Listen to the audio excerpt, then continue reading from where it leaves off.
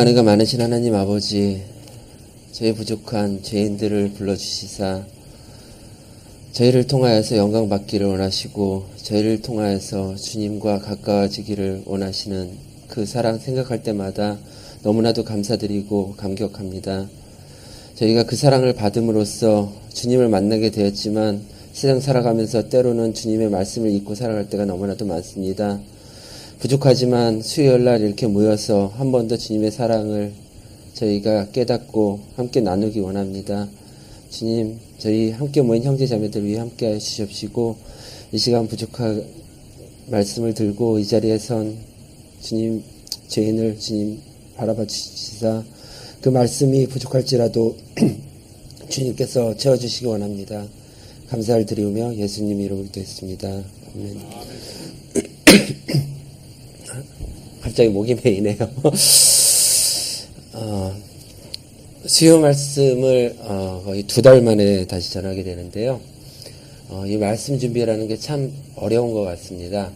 막상 처음 준비할 시간이 되게 많은 것 같은데 이게 시험 공부 같이 막상 다칠 때까지는 준비가 잘 안 되고 닥쳐서야 준비가 되기 시작하더라고요.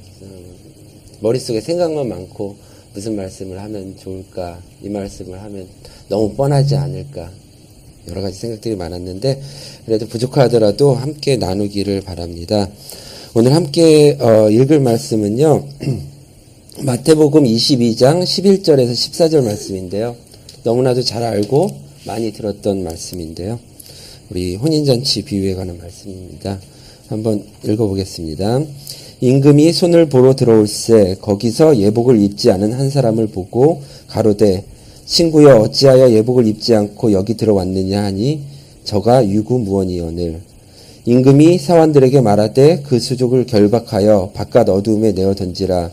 거기서 슬피 울며 이를 갈미 있으리라 하니라. 계속해서 14절에 청함을 받은 자는 많되 택함을 입은 자는 적으니라. 혼인잔치 비유에 대한 말씀은요, 너무나도 잘 알고 있고 많이 설교를 들으셨기 때문에 굳이 그 말씀의 배경이나 전반적인 스토리를 다시 얘기할 필요는 없을 것 같고요. 이 말씀을 읽으면서 우리가 몇 가지 궁금증이 생겨서 저도 그런 궁금증이 있었고 한번 나눠보려고 합니다. 먼저 혼인잔치에 온다가 의복을 입지 못한 이 사람이 갑자기 잔치에 이끌려서 참여되게 됐는데 과연 예복이 어디 있다고 예복을 입으려 했나, 그거를 우리가 궁금해할 수 있겠는데요. 구약 성경을 보면은 왕궁의 잔치에는 이미 예복을 궁중에서 준비해서 나눠주는 관례가 있던 것으로 보입니다. 만약에 예복이 없었다면은 다른 사람들도 못 입었을 텐데 거기 온 다른 사람들은 다 입고 있었거든요. 그렇기 때문에 성경에서는 이 사람이 유구무원이라고 합니다. 입은 있지만 말하지 못했고 본인이 분명한 건 안 입었던 겁니다. 어떤 소신이 있었는지 무슨 고집이 있었는지 모르겠지만 이 사람 혼자 안 입고 있었어요. 그 다음에 또 한 가지 의아한 거는 그 사람이 자신이 예복을 안 입었을 때 그걸 내가 왜 안 입었을까 뉘우친 게 아니라 슬피 울며 이를 갈았다는 건데요. 이를 갈았다는 거는 뭔가 이 사람한테도 억울한 사연이 있지 않았을까 한번 추측할 수 있습니다. 예상할 수 있는 거는요, 어쩌면 이 사람이 자기 혼자 예복을 입지 않았던 걸 모르고 있었던 건 아닐까. 아니면은 자기가 입고 있는 예복이 이것도 합당한 예복이라고 착각하고 있었던 건 아닐까. 그런 생각을 해보게 됩니다. 아마도 주변을 둘러봤을 때 모든 사람들이 예복을 입고 있었어요. 그렇기 때문에 이 사람도 입고 저 사람도 입었으니까 나도 입었으리라고 착각하고 있었을 수도 있지 않았을까 생각됩니다. 가끔 우리가 밤에 차를 운전하고 다니다 보면요, 헤드라이트를 켜지 않고 운전하는 차를 많이 봐요. 저도 그런 적 가끔 있고.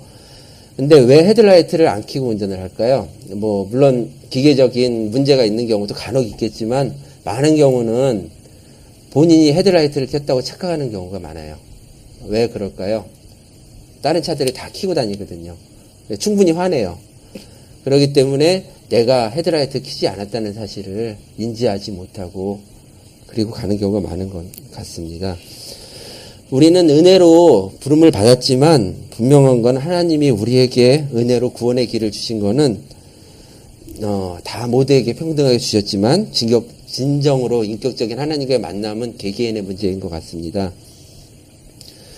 물론 대놓고 배교하고 하나님을 부인하는 사람들도 많지만 오히려 신앙인의 모습으로 교회에 속해 있으면서 나도 의복을 갖추고 있다고 혹은 나도 헤드라이트를 켜고 있다고 착각하며 살아갈 수 있는 신앙인도 많다는 생각을 해봤습니다. 우리 신앙생활을 굳이 두 단계로 나누자면요. 첫 번째가 부름을 받아서 값없이 의롭다함을 인정받는 칭의의 단계이고요. 그 다음에 모두 아시다시피 성화의 단계인데요. 성화의 단계란 건 이렇게 부족한 나를 예수 그리스도를 믿었다는 그 사실만으로 너는 이제부터 의롭다 해주신 그 칭의에 대한 감사함으로 우리 삶이 점차 거룩해지는 것. 이것을 칭의라고, 성화라고 부릅니다.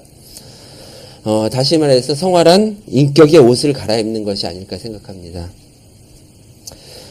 따라서 구원 또는 칭의는 순간이고요. 성화, 우리의 변화는 우리 평생의 숙제라고 할 수 있습니다. 구원의 길은 한순간이지만 성화의 길은 평생 나 자신과의 싸움이 아닐까 생각합니다. 그런데 우리 이 땅에서 진정한 성화가 가능할까요? 먼저 주님이 우리에게 입으라고 한 그 의복은 과연 무엇인가 한번 생각해 보았습니다. 로마서 13장 12절에 보시면요. 밤이 깊고 낮이 가까웠으니 그러므로 우리가 어둠의 일을 벗고 빛의 갑옷을 입자라고 말씀하십니다. 또 로마서 13장 14절에서는요. 오직 주 예수 그리스도로 옷 입고 정욕을 위하여 육신의 일을 도모하지 말라고 하셨습니다. 갈라디아서 3장 27절에서는 누구든지 그리스도와 합하기 위하여 세례를 받은 자는 그리스도로 옷 입었느니라 라는 말씀이 있습니다. 로마서 13장에서 말하는 빛의 갑옷 또는 로마서와 갈라디아에서 말하는 주 예수 그리스도로 옷 입음 모두 이 의복을 설명할 수 있는 중요한 키워드가 아닐까 생각됩니다. 흔히 우리 크리스찬은 세상의 빛과 소금이라는 표현을 많이 씁니다. 그럼 우리 마태복음 15장 14절에서 16절을 한번 읽어보겠습니다. 제가 읽을게요. 너희는 세상의 빛이라 산 위에 있는 동네가 숨기우지 못할 것이요 사람이 등불을 켜서 말 아래 두지 아니하고 등경 위에 두나니 이러므로 집안 모든 사람들에게 비치느니라. 이같이 너희 빛을 사람 앞에 비추게 하여 저희로 너희 착한 행실을 보고 하늘에 계신 너희 하나님께 영광을 돌리게 하라. 등불을 켜서 말 아래 두지 않는다 그랬는데 이 말이 과연 무엇일까요? 많은 뜻의 말이 있기 때문에 헷갈릴 수가 있는데 우리가 말하는 말도 아니고 달리는 말도 아니고 여기서 말하는 말은 한 말 두 말 할 때 그 말이라고 합니다. 곡식을 넣는 이런 그릇이죠. 커다란 곡식을 넣고 뜨는 그런 그릇인데요. 참 이 구절이 이상해요. 어떤 사람이 말 아래 등불을 넣겠어요. 당연히 등불이란 것은 밝히기 위한 것인데 말 아래 등불을 넣는 그런 바보가 어디 있다고 예수님이 이런 말씀을 하신 걸까요? 마가복음 4장 21절 22절에도 똑같은 말씀이 나오는데요. 또 저희에게 이르시되 사람이 등불을 가져오는 것은 말 아래나 평상 아래 두려 함이냐 등경 위에 두려 함이 아니냐. 드러내려 하지 않고 숨긴 것이 없고 나타내려 하지 않고는 감추인 것이 없느니라. 등불을 켜서 말 아래 혹은 평상 아래 두지 말라고 하신 이유가 무엇일까 한번 곰곰이 생각했습니다. 왜 이토록 당연한 말씀을 하신 걸까요? 뭔가 그런 행동을 할 만한 이유가 있지 않을까? 뭔가 의도적으로 숨겨야 될 무엇이 있지 않았을까? 한번 생각해 봤습니다. 등불을 켜서 밝힐 때 제일 먼저 비춰지는 것은 누구일까요? 바로 나 자신이죠. 등불을 비춰서 세상을 비추려면은 먼저 등불을 비치는 사람이 제일 먼저 주목이 되고 제일 먼저 환하게 비춰질 것입니다. 우리 신앙생활의 모습이 이런 것 같아요. 세상에 빛이 되려면 산 위에 있는 동네같이 나의 모습이 가장 먼저 드러나야 되고 나의 자아가 먼저 보여져야 되는데 내 모습을 감추려고 하니까 등불을 말 아래 늘 수밖에 없는 것 같습니다. 크리스찬이 빛의 역할을 못하는 이유도 그게 아닐까 저는 한번 생각을 해보았습니다. 흔히들 오늘날에는 값싼 은혜가 판을 친다고 말을 합니다. 우리가 구원을 아무 대가 없이 거저받은 구원이라고 해서 거기에 합당한 요구사항이 없다고 생각하는 것은 우리의 오만이고 우리의 착각일 수 있습니다. 순종이 없는 은혜, 십자가가 없는 은혜, 예수 그리스도를 무시한 은혜, 이런 은혜들은 값싼 은혜라고 밖에 할 수 없을 것 같습니다. 천국은 밭에 감추어진 보화와 같다고 하였습니다. 이 보물을 발견한 사람은 집에 돌아가서 가진 전 재산을 다 팔아서 대가로 지불을 합니다.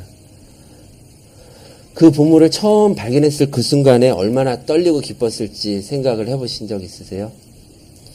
얼마나 마음이 터질 듯 했을까요? 밤새 잠도 못 잤겠죠. 보물을 처음 봤을 때. 하나님의 은혜는 이처럼 공짜로 주셨지만 결코 싸구려로 취급돼서는 안 됩니다. 왜냐하면은 거기에는 그리스도의 보혈의 피가 이미 대가로 지불되었기 때문입니다. 그렇기 때문에 오늘날 하나님의 은혜로 구원받을 우리들에게는 주님의 자녀로 합당한 의복을 갖추기 위해서 그리고 세상의 빛을 비추기 위해서 부끄러운 나 자신을 드러낼 수 있는 뼈를 깎는 노력이 필요하다고 생각할 수 있습니다. 계속해서 계시록 19장 7절 8절 보시면요. 우리가 즐거워하고 크게 기뻐하여 그에게 영광을 돌리세 어린 양의 혼인 기약이 이르렀고 그 아내가 예비하였으니 그에게 허락하사 빛나고 깨끗한 세마포를 입게 하셨은즉 이 세마포는 성도들의 옳은 행실이라 라고 말씀하십니다. 이 구절 역시 우리에게 필요한 의복이 뭔지 잘 알려주는 구절입니다. 예수님께서는 나무는 그 열매를 보고 판단한다 하셨고요. 잎은 무성하지만 열매가 없는 무화과 나무를 저주하셨습니다. 우리가 받은 은혜가 값싼 은혜로 전락하지 않기 위해서는 우리 신앙인의 열매가 맺어져야 할 것이고요. 과연 이 신앙인의 열매가 어떤 식으로 맺어져야 될지 우리는 함께 고민해야 될 것입니다. 예수님께서는 율법을 폐하러 오신 게 아니라 율법을 완전케 하려 오셨다고 하셨습니다. 만약에 우리의 믿음의 형태가 다르다면 그것은 이교 혹은 이방 종교일 것입니다. 그런데 우리 믿음의 형태는 같지만 그 내용이 다르다면 그것은 이단인 것입니다. 믿음이 성경에 의하면 반석 위에 세운 믿음이고요. 좋은 믿음이고 구원에 이르는 믿음이라고 할 수 있습니다. 하지만 유감되게도 많은 교회들 가운데도 여러 가지 모양의 신앙생활이 있습니다. 자기의 지식을 쫓거나 자기 열심을 앞세우는 신앙이 있습니다. 겉보기에는 참 믿음과 별반 다를 바가 없지만 실현 앞에서 그 진위가 구별됩니다. 마태복음 7장 25절에서 27절에 보면요. 비가 내리고 창수가 나고 바람이 불어 그 집에 부딪히되 무너지지 아니하나니 이는 주초를 반석 위에 놓은 연고요. 나의 이 말을 듣고 행치 아니하는 자는 그 집을 모래 위에 지은 어리석은 사람 같으리니 비가 내리고 창수가 나고 바람이 불어 그 집 위에 부딪힘에 무너져 그 무너짐이 심하니라 라고 말씀하십니다. 우리가 예수님을 믿다가 왜 중도에 포기합니까? 왜 다른 신앙을 선택합니까? 우리가 참 믿음을 지니지 않았기 때문이라고 할 수 있습니다. 반면에 왜 환난과 핍박 중에도 죽으면 죽으리라는 믿음을 가지고 신앙의 정조를 지킵니까? 우리가 참 믿음을 지녔기 때문입니다. 왜 말세에는 많은 유혹과 고통의 때가 임한다고 생각하시죠? 그것은 바로 참 믿음, 참 알곡을 가리키기 위함이 아닐까 생각됩니다. 우리의 믿음은 정금 같아야 합니다. 그 근거는 성경이어야 합니다. 그리고 성령님으로 말미암아야 합니다. 하나님 앞에서 우리가 믿음보다 그리고 믿음만큼 확실한 것은 없습니다. 에베소서 3장 12절에 우리가 그 안에서 그를 믿음으로 말미암아 담대함과 하나님께 당당히 나아감을 얻었느니라. 또 에베소서 2장 8절은 너희가 그 은혜를 인하여 믿음으로 말미암아 구원을 얻었나니 이것이 너희에게서 난 것이 아니요 하나님의 선물이라 라고 말씀하십니다. 저는 모태 신앙생활을 오래 했는데요. 신앙생활을 오래 하다 보면은 자주 넘어지는 문제가 바로 이것입니다. 너무 뻔한 가르침, 뻔한 설교, 반복되는 예배. 처음 땅속에 발견한 보물을 발견했을 때 그 복음의 기쁨, 그 두근거림은 점차 잊혀지고요. 뭔가 더 강한 메시지를 갈구하게 되고 뭔가 더 자극적인 자극제를 찾게 됩니다. 저같이 모태신앙 그리고 오래 성경을 배우고 신앙생활을 오래 했다는 신앙인들에게 많이 나타나는 패턴 중에 하나가 웬만한 설교는 듣다 보면은 이 설교는 좋은 설교다, 나쁜 설교다. 제가 판단을 하게 돼요. 그리고 점수를 매기게 됩니다. 제가 오래 신앙생활을 하던 장로교단에서는 신학교에 가게 되면 일단 전도사라는 칭호를 받아요. 그리고 전도사가 되면은 신학교 1, 2학년 전도사님들이 가끔 수요일이나 새벽 예배 이럴 때 나와서 강단에서 설교를 합니다. 근데 사실 그런 말씀을 들으면서 내가 저보다는 성경을 많이 알지 이런 교만함이 있다 보니까 그분의 말씀을 들으면서 내가 은혜를 받지 못하고요. 어느 순간 말씀을 들으면서 그 학교에서 그 설교를 채점하는 교수인 양 내가 그 말씀에 점수를 매기기 시작합니다. 그리고 심지어는 목사님들의 설교마저도 어디가 잘못됐는지 끄집어내려 할 때가 다반사였습니다. 그러다 보니까 내가 말씀에 은혜 받고 깨어지기보다는 내 자신의 성경 지식을 자랑하면서 마음속으로 교만한 적도 많았고요. 나 자신의 신앙이 성숙해지기는커녕 머리만 커지는 비정상적인 신앙인의 모습으로 자라나는 나 자신을 볼 수 있었습니다. 교회라는 곳은 말씀이 선포되고 말씀이 나누어지는 곳이 되어야지 결코 성경 지식의 경연장이 되어서는 안 될 것입니다. 또한 구원의 말씀, 복음의 말씀, 매일 듣는 뻔한 말씀, 매일 듣는 같은 소리로 그게 너무 쉽게 넘겨져서도 안 되고 반대로 너무 학문적으로 너무 새로운 접근으로 다가가서도 안 될 것입니다. 그보다 먼저 교회 안에서는 나 자신이 교회가 먼저 되어야 하고 예수 그리스도를 모신 개개인이 내 교회들이 모여서 서로 교제하며 사랑과 순종을 배우고 나아가 권면하고 열매를 맺는 모습이 보여져야 할 것입니다. 울며 씨를 뿌리는 자는 기쁨으로 단을 얻으리라는 말씀이 있습니다. 그 말씀과 같이 우리의 결국이 기쁨이 되기 위해서는 울며 씨를 뿌림이 필요할 것입니다. 시편 126편을 한번 같이 보실까요? 시편 126편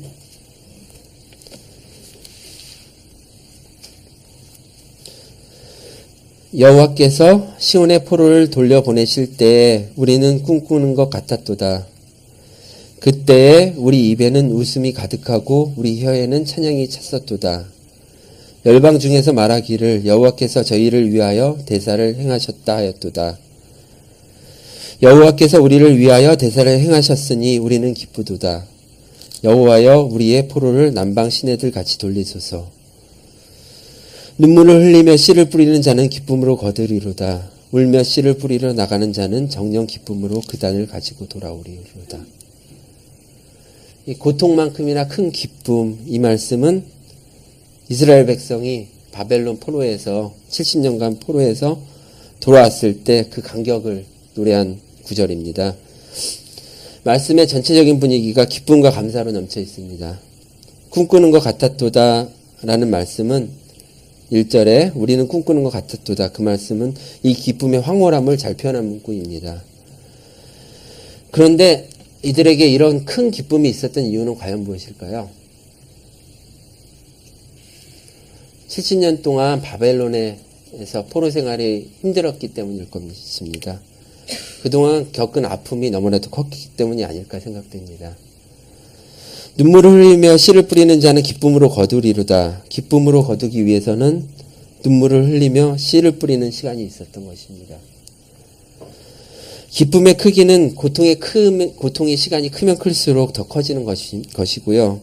그 고통이 헛된 고통이 아니라 눈물을 흘리는 씨를 뿌리는, 바로 그 씨를 뿌리는 고통일 때 의미가 있는 것입니다.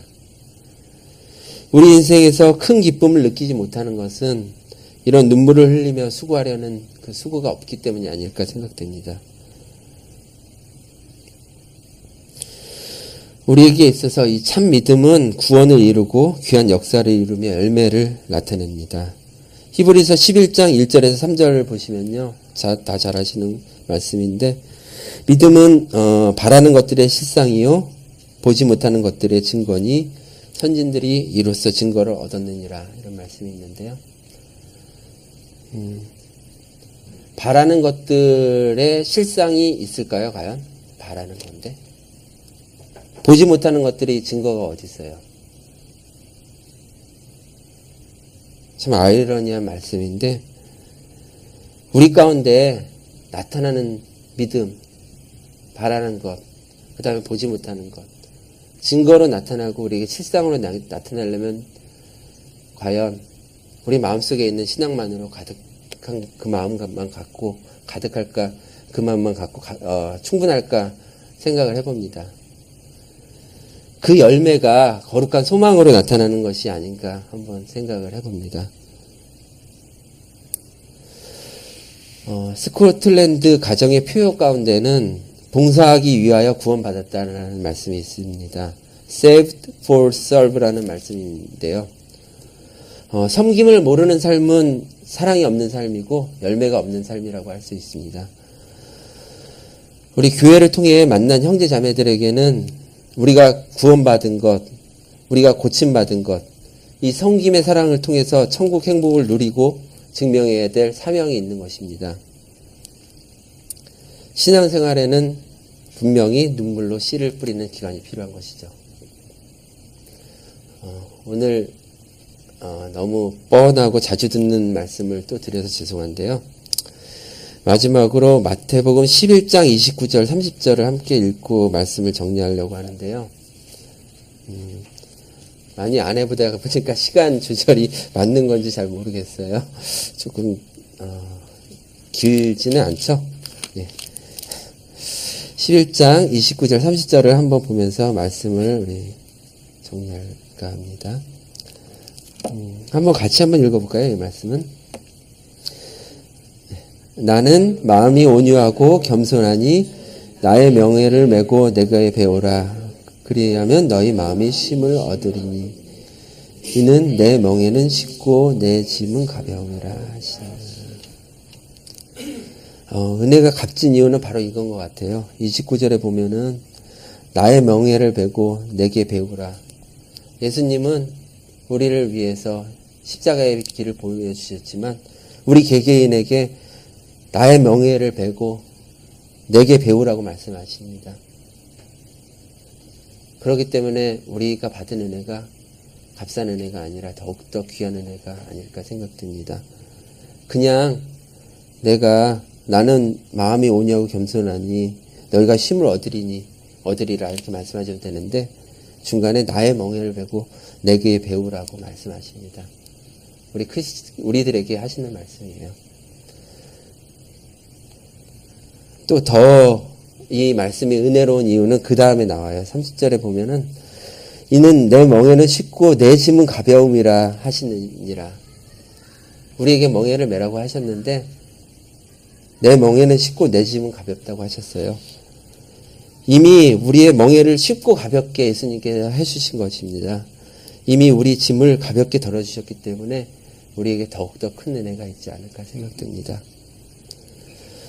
오늘날 우리에게 어린 양의 혼인잔치에 필요한 의복, 또한 성도들의 옳은 행실, 나 자신을 먼저 비치고 남을 비칠 수 있는 등경 위의 등불, 참된 성도의 열매, 이 모든 것이 이 시대 신앙인들이 함께 바라보면서 예수 그리스도와 함께 걸어가야 될 우리 교회에 나아갈 방향이 아닐까 생각하는 마음으로 말씀을 준비했습니다.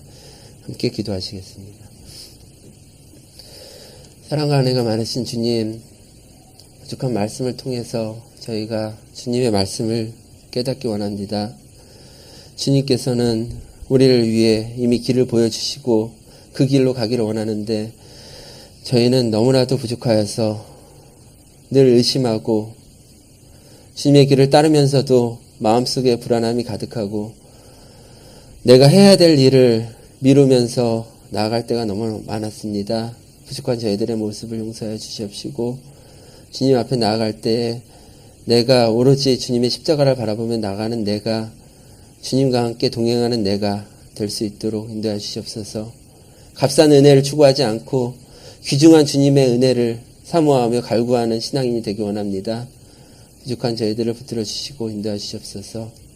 감사를 드리오며 예수님 이름으로 기도했습니다. 아멘.